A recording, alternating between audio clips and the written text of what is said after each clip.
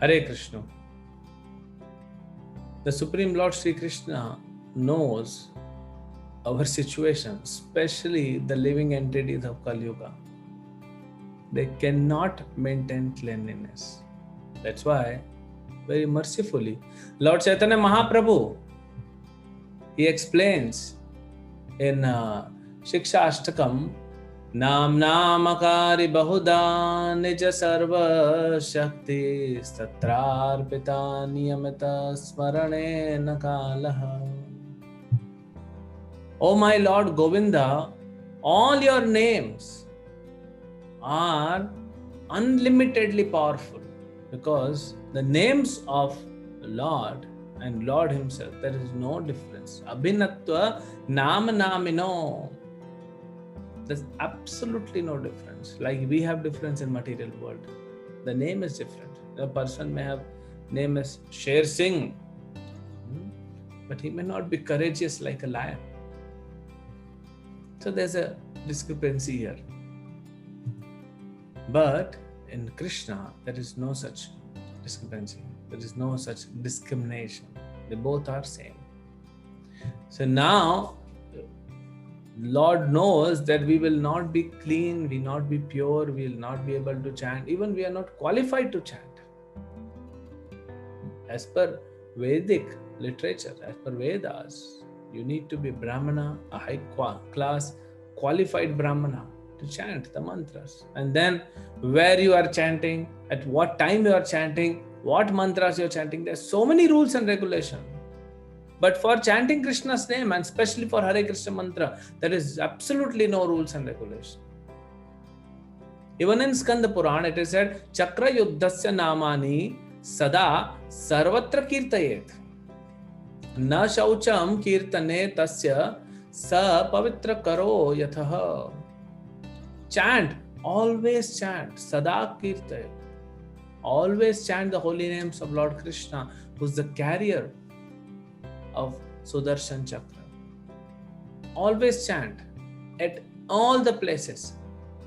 There is absolutely no issues with chanting of holy name of Krishna in connection with name, in connection with the place, in connection with the time, whether from what caste you are coming, whether you are qualified or not qualified. The holy name is supremely purifying.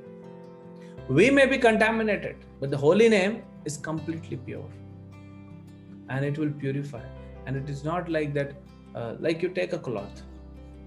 Sometimes something spill. You're eating food and a bowl of, curry just spills on the floor or on the dining table. Then you take one cloth and clean it. Now the dining table is clean, but cloth became dirty.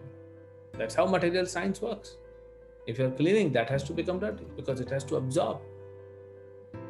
But imagine if you spill one drum of curry outside on the road. Sun is shining, scorching heat.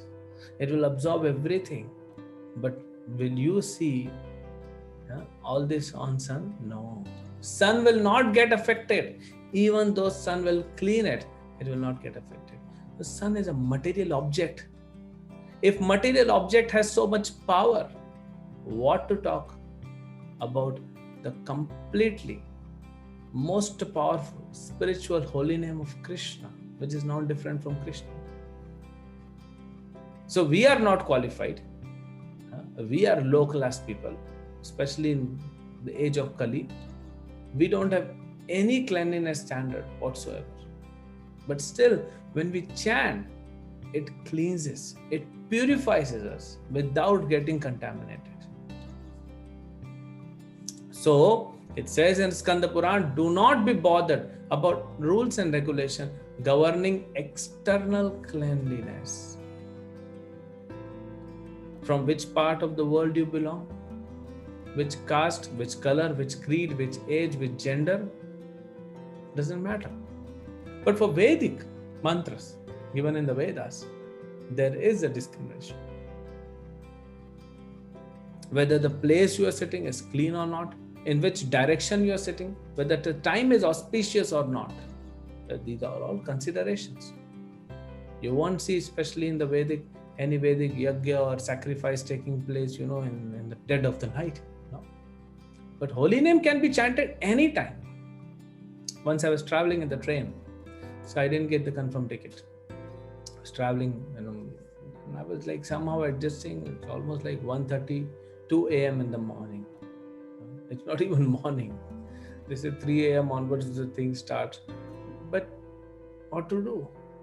No place, can't sleep, so better just wash my hands. I, rinse the mouth and then started chanting Hare Krishna mantra. After some time, one man approached. Probably he also was not having seat. So he approached, he said, Swamiji, you're chanting. This is not the time to chant. You have not taken bath. This place is dirty. People are sleeping all around. How can you chant? So many people will try to discourage. Why? Because in Vedas there are rules.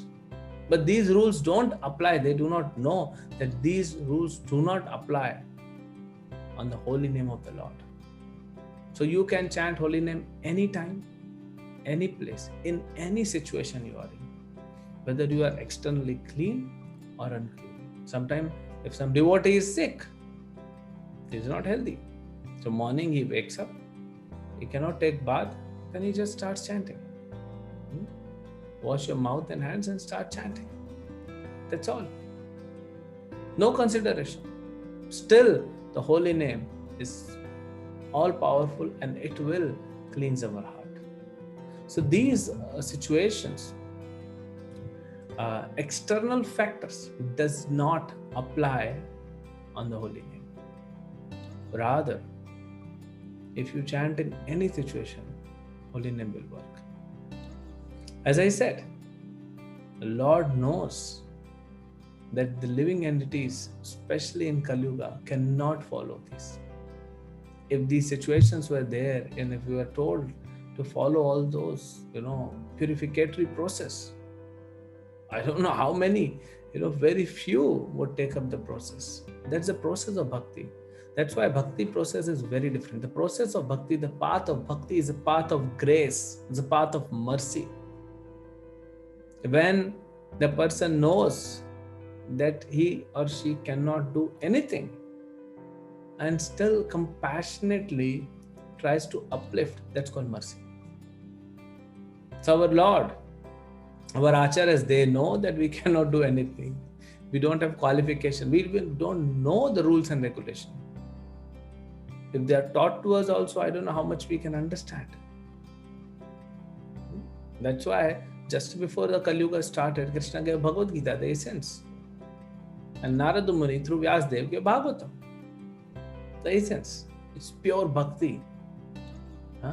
All these external rules and regulations does not apply on the bhakti marga. So we should chant and not consider. Yeah, it is good that I'm not saying, it's not encouraging that we should not even take bath. If we take bath, we are fresh. Because just now we slept and it was more mode of ignorance. And after taking bath, we can come to mode of goodness. And chanting will be better. You will not feel sleepy. There's only one rule which we must remember while chanting the Hare Krishna mantra is to attentively chant. That's what Srila Bhaktivinoda Thakur says. Inattentive chanting leads to all other offenses. So, we must attentively chant. We must chant and hear. That's the only rule which will help us to cleanse our heart, to purify our heart at a much faster pace. That rule, if we follow, then that will help us to advance in Krishna consciousness. And don't get discouraged by people. Sometimes even devotees have this, because our upbringing is there. And we get some Vedic knowledge. And then that consideration comes. That should I chant or not chant? No, you can chant anytime, anywhere. That's what the Puranas are telling. So there is no problem. Even Chaitanya Mahaprabhu said, no rules and regulations for chanting Hare Krishna mantra.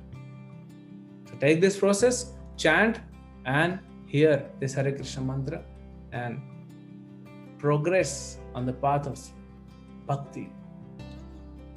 Hare Krishna. Shri Harinam Prabhu ki Jai.